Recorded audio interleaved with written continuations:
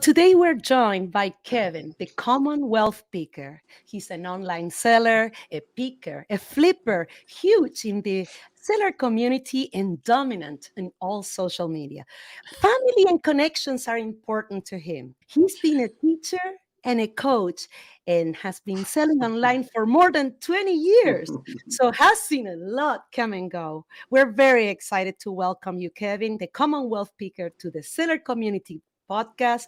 Welcome to the Yeah, show. that's awesome. That's a great intro. I'm not used to that on the podcast I do. They usually have already made fun of me like a minute into the show. This is good. I like it. Yeah, thanks for being here. Let's start at the start. For Okay. those that don't know, how did you get into online selling? And you said I was a teacher and a coach for 20 years, public school teacher, and it's y'all out there in the land where public school teachers make a few dollars, but out here in rural Virginia, we don't make nothing. So it was a wake up call to me when I started teaching. I'm like, holy moly, how am I going to do this? How can I have a family? How can I do whatever? So I'm like immediately thinking, all right, because teachers get a little time off. And I'm like, hey, what am I going to do? And I just had this love of garage sales from when I was young. And my mom in California, she'd have them. And I was like, man, she used to make some money. And so I started thinking along the lines of selling at a flea market or doing garage sales. And I'm like, that's such a pain. And I'm like, I'm going to go to garage sales. And I heard about this thing, eBay. This is like 2000-ish, something like that. And I'm like, hey, I'm going to try this thing.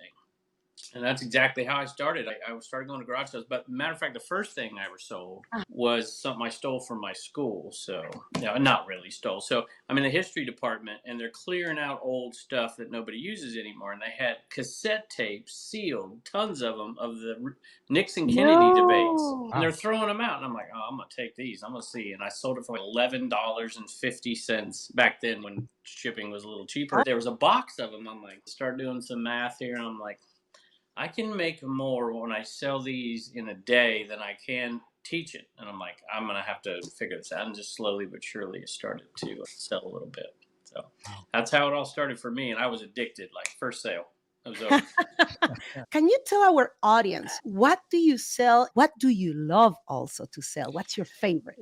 Yeah, immediately right off the bat, because it was so long ago, I think my store, dates back to 2002 or 2003, but I had one previous to that. I don't know why it changed or something way back when, but I didn't think about what I liked right offhand. I only thought about what I knew.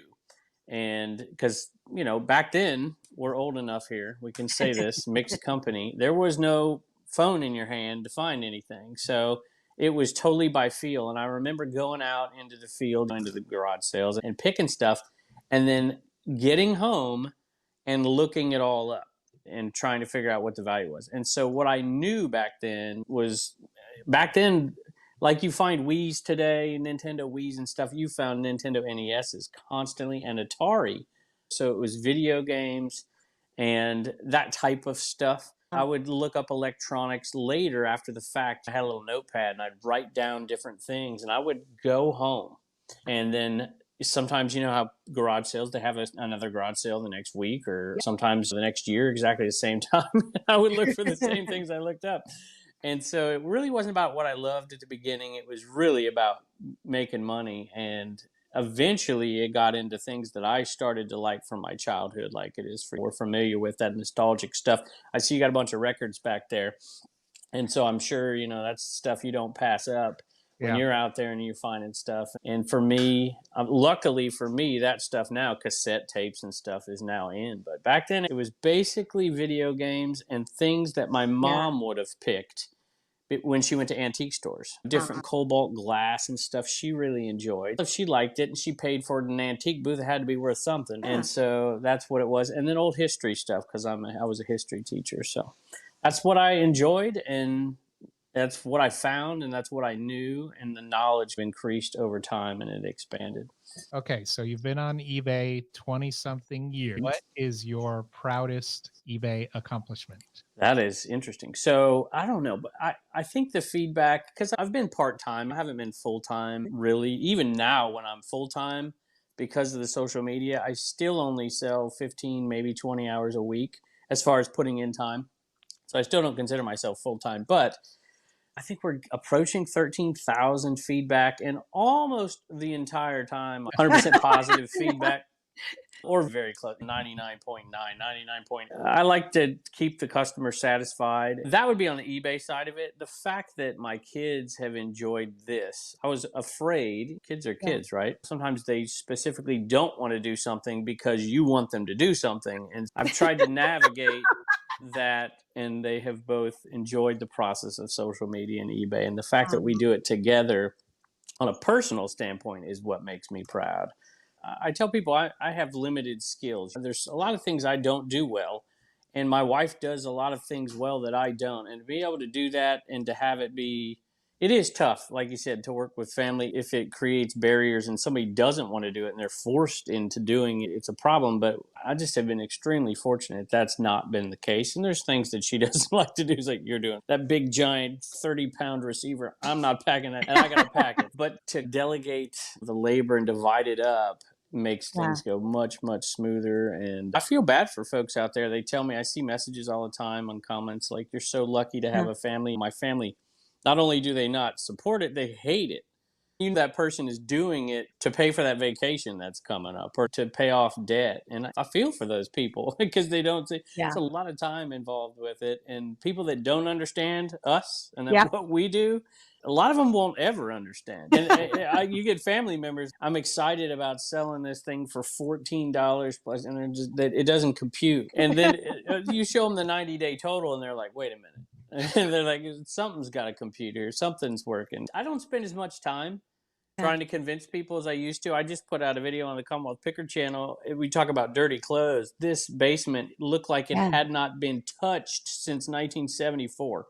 I'm like, there is gold in this room if you No. can just stand digging through it and then cleaning it. Kevin, you've seen a lot of changes since you've been reselling. What would you say is the biggest change you have seen? Well, there's no doubt about it. There are a bunch of changes. It seems like every year there's something big that comes along. I'm going to go way back because there's been so much lately that everybody's familiar with. But the people Okay. that resell now that complain about, I don't know. I hear some complaints lately about little things like the big hullabaloo changing over a couple years back from PayPal to manage payments on eBay and whatever, and the uproar. And I'm like, you guys go back and just remember. I said, you used to have to wait days for the payment to show up in the mail, and it would come in a cashier's check, or it would come in a, I got cash. People used to send me cash in the mail. Remember, they would send us cash on the envelopes. I would freak out, and I would be, I have to make on their invoice, no cash. The government wouldn't like that today. They can't get that Oh, 1099 on that one, boy. Any rate, but those were some big changes. And I remember back then the whole thing, because, you know, that stuff would make me nervous because I'm not good with technology. I don't do change very well. But yeah. I just made up my mind. I loved reselling so much, and I needed the income that I would slowly force myself into making those changes. I am risk averse, I am change averse, and so I have to be pushed into things. And when I finally get there and I get the support staff around me to help me navigate the issue, once it's done, I breathe a sigh of relief because I know I can keep reselling. I know I can keep hunting. I can keep going to garage sales. I could go on laundry lists of changes. Most of them good, and we see them as bad at the beginning, and then later on we're like, okay. Say, was the change that gave you the biggest challenge or cost you the most? I'm going to go on a personal note too then. I went through a few years in my life, just like everybody. There's ups and downs in everybody's lives, and there's different circumstances that take you away from something or bring you to something. One really negative, which we're not going to get into, but one positive was starting my family. You know, having the kids. I was a full-time teacher, and I was also a varsity high school baseball coach, and I did that for 15 years, and it was a Oh, wow. huge commitment. And so to have 3 kids and to be able to teach and to coach, it was 70 hours a week, 80 hours a week worth of stuff in season for baseball and whatever. And it was very difficult for me. I continued to resell, but it became very limited. My sourcing time became minuscule because I would be coaching on Saturdays, but I kept doing it, and I wanted to do it at a much larger scale because the money, I needed it for my family. And I remember I went through a huge change, and it's affected how I resell now and how I pick now, where I only did smalls. I did things that wouldn't encumber my life. I only had one small space in a particular house I was living in, and I started selling board game pieces. I would lot out board game pieces, and people would give them to me because I couldn't source as much. And I Yeah. just wanted to keep it going. And it turned into, instead of making 1,000 extra bucks a month, I was making 200 extra bucks a month, but it was something I could do. And that went on for almost a year before I could get back into it. And it was difficult for me to make the sacrifice of something I absolutely loved in order to put more time into my kids when they were very little and into teaching. And that's a stressful job to teach public high school. That was difficult, but I managed to keep doing it through the whole time Mhm. and then came out on the other end and finally got to go to garage sales again and do what I love. But I haven't had to give it up. I gave up my teaching job because of Yeah. social media. That was much easier to give up than to give up reselling. Where else do you sell, and what was it that pushed you to move or expand from eBay? For a while, not too long ago, when Posh started getting a little bigger and it was in the news and you'd hear about it a little bit, and then Mercari, at least I don't know the progression of all of them, but in my mind, hearing about different things, and I'm like, everybody gets excited about something new, and then they look at the shiny object over here, and they're like, "This is what's so much better than eBay over here," and so you got to try it. And I wasn't cross listing; we were manually Oh, listing on Mercari, and my wife was doing Poshmark totally on her own, and she wasn't cross listing. She was buying specifically for Poshmark uh-huh. and not putting it on eBay. And I was putting certain items on Hmm. both Mercari and eBay. And it was extremely time consuming. But that was the beginning of multi platform and Depop. We use Yeah. Depop as well. And I was basically just putting vintage clothing, hats, and t shirts and different. I sold some backpacks and some cool old stuff over there on Depop, but and did a little bit of Facebook Marketplace. I live out in the middle of nowhere, so it's pretty rural. So there's not much that I can sell around here unless it's cattle equipment or something. There's not much going on. So those were the four that we ventured out into. And I wasn't seeing a return on the money for the investment in time. And so we just decided with the increase in social media for us across these platforms, we're like, we're just going to focus here on eBay and we're just going to do it this way. But you see these stories, you hear these people, and I was talking to people. I'd have them in here into my cabin, interview them, talk to them, come and pick with them, and they're like, "Oh, I only sell on Mercari." I'm like, "How do you only sell on Mercari?" I'm like, "It doesn't make sense to me because the volume just didn't add up for me." And people who just do Poshmark all over social Yeah. media, and I'm like, Yeah. "Okay." And I like to, in my social media, I don't like to just be on YouTube or Facebook or Instagram or whatever. And it's because I'm risk averse. I don't want something to go Yeah. away. I'm like, you know what? If eBay left today, if whatever happened for eBay was gone, not only would I not have eBay, I wouldn't have my social media because it's Yeah. all centered around selling on eBay. And I'm like, Oh, I've got to do this. I feel a sense of security, yep. even though we've just started the process. I think we have around 1,200 items listed on eBay. Now they're all in list perfectly. We've only actually cross listed about 150 so Yeah. far. We're going to get to the rest. And I feel so much more at ease just knowing that, hey, if something happened, it's sitting right there, and we might not have this leg of the chair, but we've got the base of the chair in place. We've got 150 things cross listed at this moment. We just started the process. I don't know if we'll cross list everything. My wife tells me we're cross listing everything. My wife tells me it's not an experiment. She's like, we're doing it. I'm like, okay. She actually likes it. That doesn't compute in my mind, but she likes the process of doing it. And I'm like, hey, more power to you. I'm happy because I don't want to do it.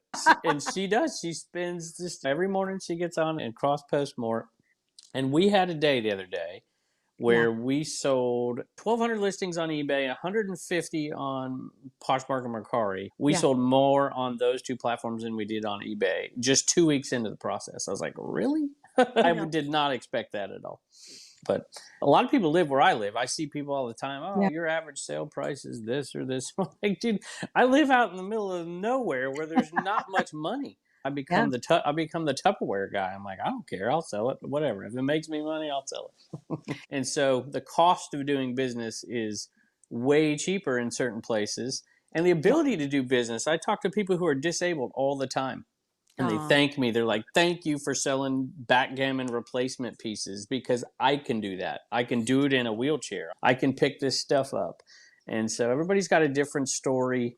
And that's one of the reasons why I chose List Perfectly, is that there is a community around this, and it's not this rigid, sterile, incorporated whatever. I just like the fact that there are real people doing this and coming together. And of all the companies doing it, I think you guys do it the best. thank you so much, Kevin. Now, just in case our audience, you didn't know this, wait, there is more from Kevin. Just when you thought you didn't know everything, wait, he not only sells online, but I also know that you sell on a local booth, Kevin. I do. I have an antique booth. I used to have two. Huh? And I will tell you this, it's been, one of them was a complete casualty of social media.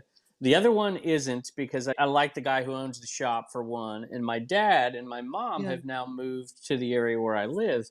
And so I was going to shut it down entirely. It made a little bit of money, but Yeah. for me, it took away time from editing another video or something.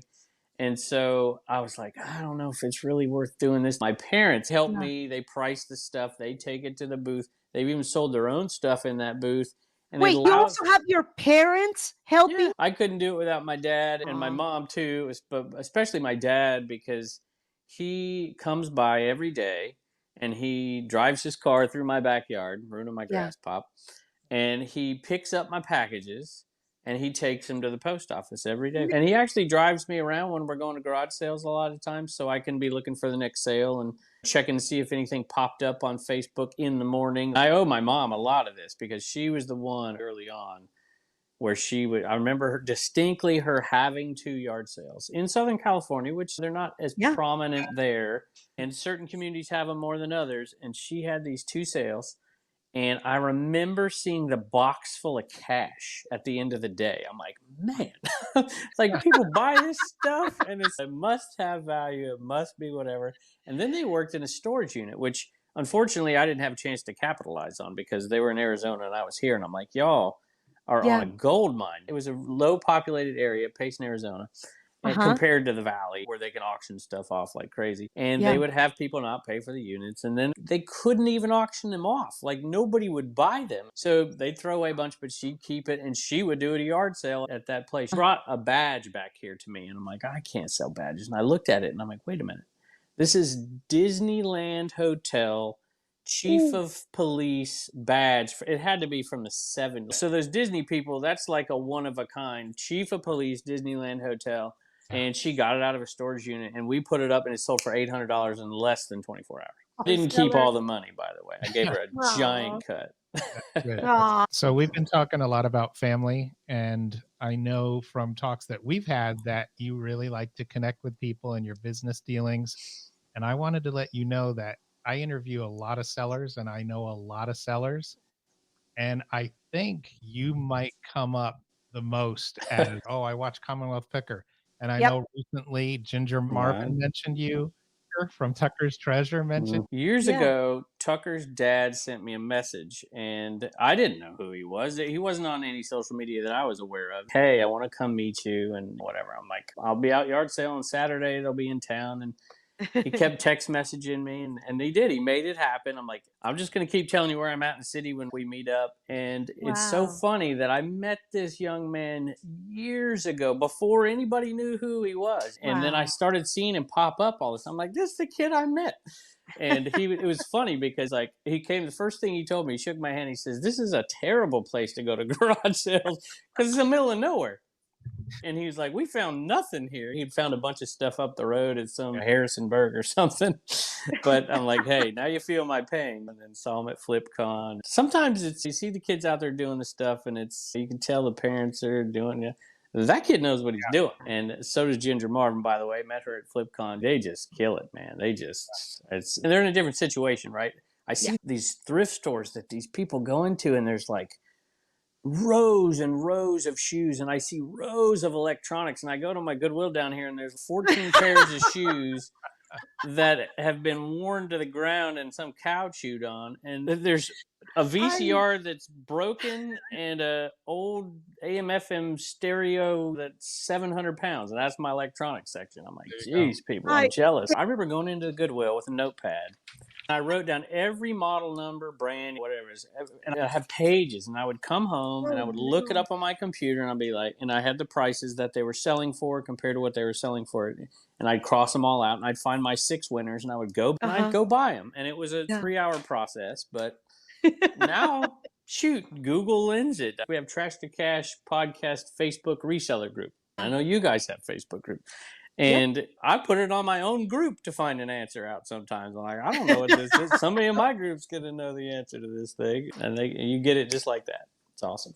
What's Yep. the biggest thing you think you've learned from a connection? I'm going to give one example, and it may not be my best one. And I was in Tennessee. I was at the famous 127 sale. I love highway sales. You guys don't have them out west as much. You should come back.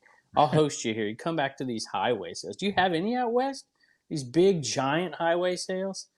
Garage Sale Nation Facebook group, and it's dedicated to these highway sales. And Okay. in addition to that, we have a website, garagesaleNation.net. Oh, And nice. what we do on there is we collect all of the information about all the highway sales. The 127 is from Michigan to Alabama. And we put all of them into a website Yeah. 3 months out, and people can look at it. And so we created a database, a website, Well that done. shows where all of them are. And you can look, all right, hey, I love yard sales so much, I'm willing to travel 4 states away and spend 5 days going up and down this highway. And those are the highway sales all over the country in the next 3 months. And sometimes there's one in California. So sometimes what we'll do is we'll put massive flea markets as well. And so I was at the 127, and I was so fortunate because the 127 is the most traffic sale in the world. It's so picked over, it's hard to find stuff. And I saw a guy on Saturday morning, which is 3 days into the sale, hammering a sign into the ground. And it was like 8 something in the morning. And it was a sale that was just popping up for the first time. So I'm like, I'm going to actually go to a sale before anybody at the 127. That never happens. And I get there, and it's full of nothing but vintage t-shirts, vintage hats, and they're selling them for $0.25 a piece, filling up bags like you wouldn't believe. Old NASCAR stuff is probably $4,000 or $5,000 worth of stuff for less than $100. But I pulled one piece out of there, and I knew, I'm like, I've got to show this to my buddy Tim over the years, and because he's going to find out exactly the history of this shirt. And it was a STP. It said Richard Petty. It was a NASCAR shirt, and it had a name on it, Barry. It was a workwear shirt. And a lot of times, if I used to work at a golf course, Yeah. and I would wear workwear stuff, and you'd wear 5 shirts and go turn it in, and they'd wash them, and they'd give you 5 new ones, and they had your name on it. This is like a real shirt that somebody in the organization wore. A viewer sent me a picture. It was from 1974. No. And it was a picture of Barry Dotson, and it was the shirt. It was the shirt. He was a member of Richard Petty's pit crew, and it have pictures of him in the pit crew. This is between his 5th and 6th championship, or 6th and 7th championship. This is the icon, the king of NASCAR racing. And this guy eventually became the crew chief for 2 other drivers and won 2 other championships. I put that out there for $700, and it sold in less than 24 hours. Yeah. And that was probably one of the biggest assists. But people teach me all the time. You were a high school teacher and a coach for 21 years. What have you carried over into your online selling? As a teacher, I hated school. I hated it. Not teaching. I hated going to school when I was a kid. Despised it. When I was in college even, I mean, I had courses I liked and subjects I liked. I loved history. And so I enjoyed that. But everything else I hated, which is why I became a teacher, because I hated everything in education except for history. And then I took history. And I'm like, what can I do with this except for become a teacher? So that's what I did. The administration would send me teachers. They would be like, oh, fix this teacher. I'm like, first of all, that's not my pay grade. That's your pay grade. But whatever. I'll do whatever. I said, look, if you want to be a successful teacher, you take two kids. You take the most popular, the most attractive kid in the class. You take the Okay. smartest kids, the richest kid in the class. You teach that kid. And then you take the kid in the back of the room with no money, that nobody knows their name, that has no confidence, that thinks they're worth absolutely nothing, and you teach that kid. If you teach those two kids, you're a success because everybody else is in between. Wow. And so that's what I try to do on my channels. I try to give a little bit of something to those resellers that are far better than me, that are experts in 6 fields, sell on 12 platforms, and make 200,000 net a year. I try to give a little bit, like, oh, I learned something from this guy who sells Tupperware. And then I try to give something to that person who hasn't sold one thing and that wants to start doing it and is 68 years old and has, barely started using a cell phone.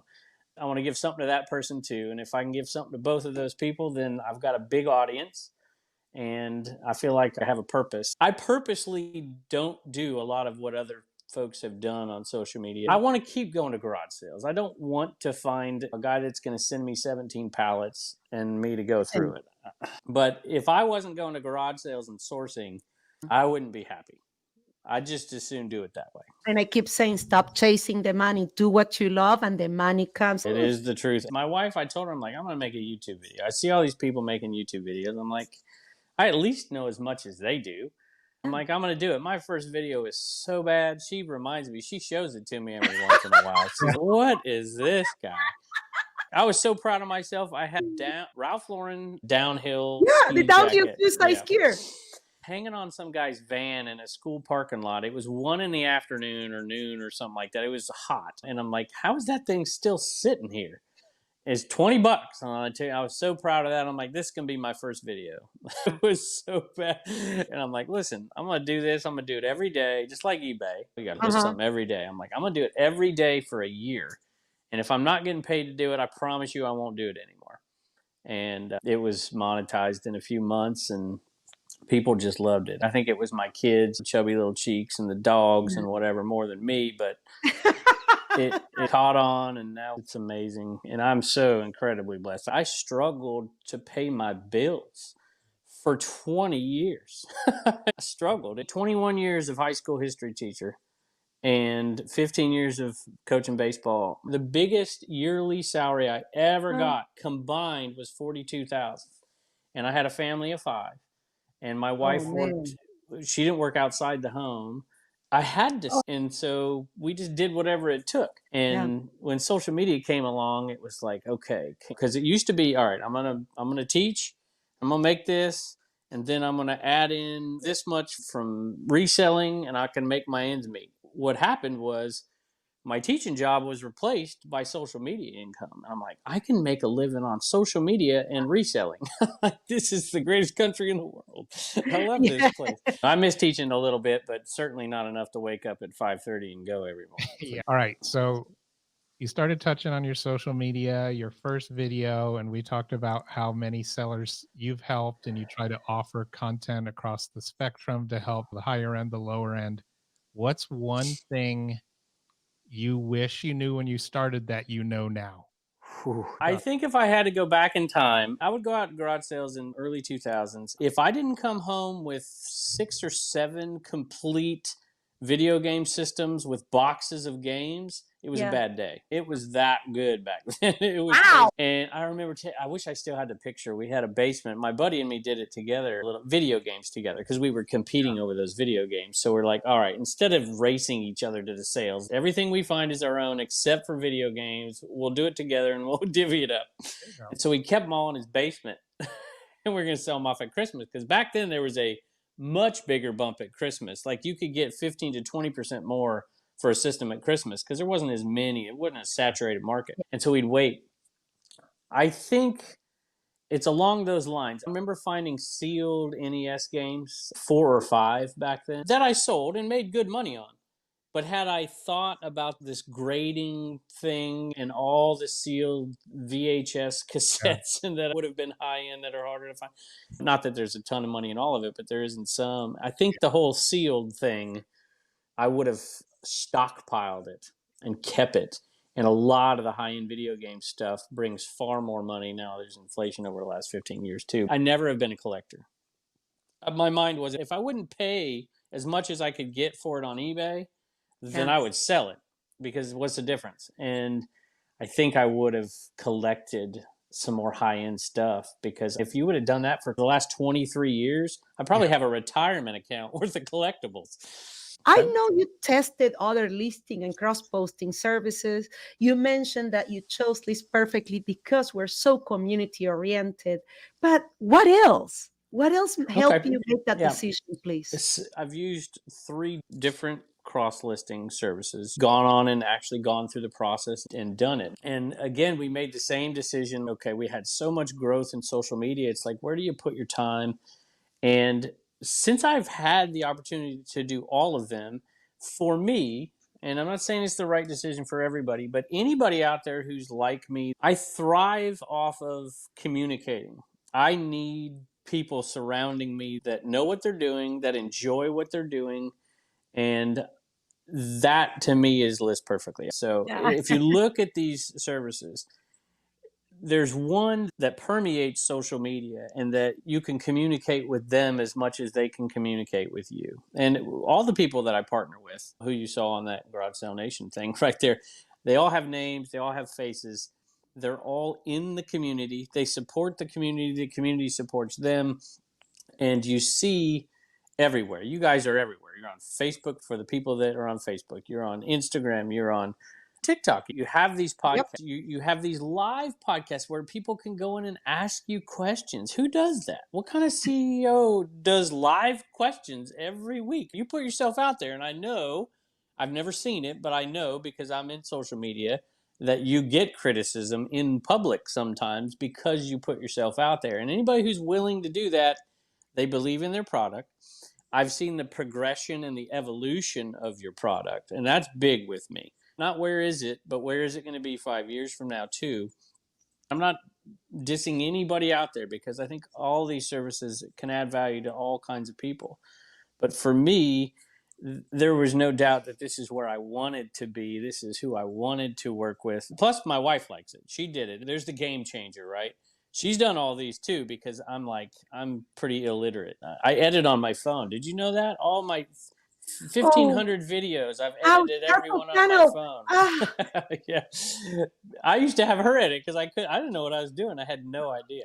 And so she gets on, and when I saw her on there smiling at the computer when she was doing this, I'm like, all right, this is a no-brainer. This is what we're doing. So that was the end game for it. But for me, that's the answer. I don't know if it's the answer that a lot of people will give, but that's the way I feel about it. Because I know if I have a problem, and I'd mention these other companies, if somebody comes to me with a problem, it's okay. I'm going to talk to the people that can solve my problem. And that's the thing that gets me about some of these. I'm not going to mention any names, but some of the online platforms, selling platforms, some of them you get answers from, and some of them you don't get answers from. Some of them you get active avoidance. And to me, that's the end of it for me. The community mindedness of List Perfectly is off the charts. Give us 3 words you think other people would use to describe you. I All right. hope they think yeah. I'm honest. That's key for me, because when you're out there and you say, because you change your mind over time too. That's another thing. There's an evolution even when I'm out. Sometimes I'll watch my own videos and I'm like, did I really say that? I hope people think I'm sincere, I'm honest. I hope people see me as somebody who's dedicated and disciplined, and there's 2 more words, that I really care about people around me and my family. That's what drives me more than anything, to do everything that I do. My kids in particular, everybody loves their own family, obviously. I have done a great deal. I was obsessed with teaching. I wanted to be the best teacher in the world, and I took pride in it. And I wanted to be the best coach in the world, and I just worked my fingers to the bone to try to build these things. And then I realized that in those endeavors, they're fleeting. They're gone. Once I left those places, they don't appreciate it. If I'm going to put that kind of time and effort into something, I'd like to do it with people that are going to be around me when I'm 80, when I need them. And so hopefully dedicated in the sense of family and honest and sincere. I hope those are what they say, but I don't know what they say. You have YouTube, you have your Facebook page, you have your Instagram profile. Tell us what else you have on social media. I'm never going to pass up on an opportunity to self-promote. So here we go. So I'm Commonwealth Picker pretty much on every platform. So TikTok for now, it's Commonwealth Picker on Instagram, YouTube, whatever. So I'm also Commonwealth Flipper on YouTube as well. We have the flipping channel on YouTube, which is in the shed in the backyard, and then the picking channel is the garage sales. So we have two of those. They're both fairly good sized channels. And then, of course, Facebook is just a massive. That was just amazing that we have so many people on Facebook. Most people know me in the community from YouTube because the people who watch on Facebook, a small group are actually resellers on Facebook. They like to watch the picking content, like American Pickers or whatever. But the Flipper channel, I feel, is my home. That's where the resellers are, right? The audience there are resellers. And it's a smaller channel. It's got 50-some thousand compared to this one. But 50% of the people who watch the Picker channel aren't pickers. They're not resellers. And on Facebook's where you get the comments because they just don't understand. I can't believe you're buying this for $10 and selling it for $50. You're an awful person. I'm like, what? What are you talking about? Tell that to my kids who are eating because of it. I have these little projects. Garage Sale Nation was a project of mine because I'm passionate about reselling, but I'm also passionate about just straight up going to garage sales. And I just love it. We do meetups. We went to 4 last year and did 2 meetups at these big highway sales. Garage Sale Nation is pretty huge for me. It's about a year old. And we have 22,000 members in Garage Sale Nation Facebook group. Trash to Cash Podcast Facebook group is over 10,000 with Dave and Carrie. And so we're everywhere. I have my own website, CommonwealthPicker.com. Let's say the terrible news came out that every social media platform is going away, but you could pick only one. Which Oof. YouTube is where I started, and it's where I'll probably, if I got to die on a hill, it's going to be that one. So, even though Facebook's got more people, the Flipper channel, those are my people. Those are people like me in their basements. I see people selling out of their bathrooms. Their storage thing is an old bath. I'm like, what are you doing? You have a picker and a flipper channel. Anything else you would like to share with our audience about the difference between the picker and the flipper channels? Sure. We do two videos a week that are basically me out at garage sales. Sometimes 3, sometimes 1 a week. Sometimes estate sales. Every once in a blue moon, a thrift store.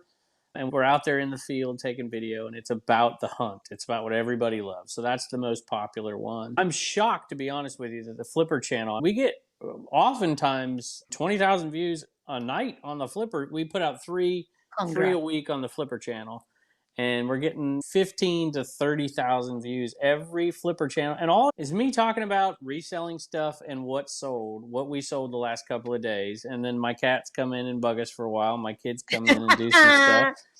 And it's just, that's how I learned so many things. I watched Pete Craigslist Hunter, and he was the first one that I saw sell a lawn chair. And I'm like, this is like 8 years ago. I'm like, a lawn chair? Really? I've sold 100 lawn chairs since I saw him do that. It's just like, you learn little things because that's what's out here. It's been fun. I love it. The Trash to Cash podcast. Tell us about that. I'll tell you what, I watched these 2 clowns doing this podcast, Dave, NC Picker, and NC Flipper, and Carrie, American Arbitrage. I like to watch live shows every once in a while. I have you guys on sometimes. I've dropped in the comments. Usually I'm working. Yes. And so I don't like to get in the comments when I'm working because I'm shipping it's usually shipping, or sometimes I'm taking pictures or whatever. I don't do as many pictures anymore. But I like the live stuff, and I like podcasts because they don't put as many ads in them, and there's more spread out. And then they also go on much longer, so you don't have to find another show. So I like that. Yeah. I'm listening to these 2 guys, and I know both of them. I called up Carrie on TikTok. I'm like, I'm going to go on TikTok, but I'm like, I'm too old to do it the old-fashioned way. I'm going to do the shortcut. I'm going to call the guy that's on top and figure out how to get there. And he was gracious enough to take my call. And so those 2 guys hooked up and did this podcast. And I'm like, these 2 guys are hilarious. They're funny. But they're not talking about reselling. This is a reselling podcast. And they're both going off on these tangents, talking about just whatever.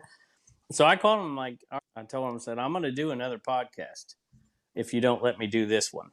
So you got to make up your mind. You got 2 days. And They're like, we didn't want you to compete against us. And I'm like, I want to do it. And I didn't know why I wanted to do it, to be perfectly honest with you, other than the fact that those two guys were very talented. I like to surround myself with people that are talented. And I felt like I could be the straight man to their craziness, because they both, Dave gets a bad rap not being a good picker and not flipper. He's actually really good. And Carrie's really knowledgeable too. They got a little trouble focusing. So I'm like, I can bring some focus to this shit. And I just have a great time with those two guys. And it was a blast. And it is my favorite. And I love every single thing I do. But the thing I enjoy the most is sitting down once a week with those two guys and recording that podcast. It is the funnest. And it's grown. I'm shocked that a reselling podcast has grown. Who's listening to this stuff? This is blows my mind. But there's a lot of people, they want to get a little reselling, but they don't want it to be constant because they're working all day. They want to hear about a movie, or they want to hear about this or that, or they want to hear those two guys make fun of me. Anything else you would like to add? Nothing, but thank you for having me on, and thank you to all your people, because they have been kind to me, and Doug especially reaching out, and my wife has just been able to navigate this process so super easy because of all the tutorials that are out there on your thing. If there's ever any question, it's always right there. So thank you for making this easy for somebody who doesn't want to transition into this. I didn't want to do it, and it just was a necessity in my mind for my business. And I'm like, I'm going to do this, and it's been seamless and just awesome. So thank you for making the service available, and thank you for providing your audience to me. I appreciate it. No. Anytime, Kevin. Our pleasure. What an interview, Doug. As long as I was better than Harry Tornado, I made it. It's good. I'm better than Josh. That's my only goal. Thanks a lot, Kevin. This was a lot of fun. Really appreciate you taking the time, and great getting to know you better. Awesome. I can't wait to meet you in person.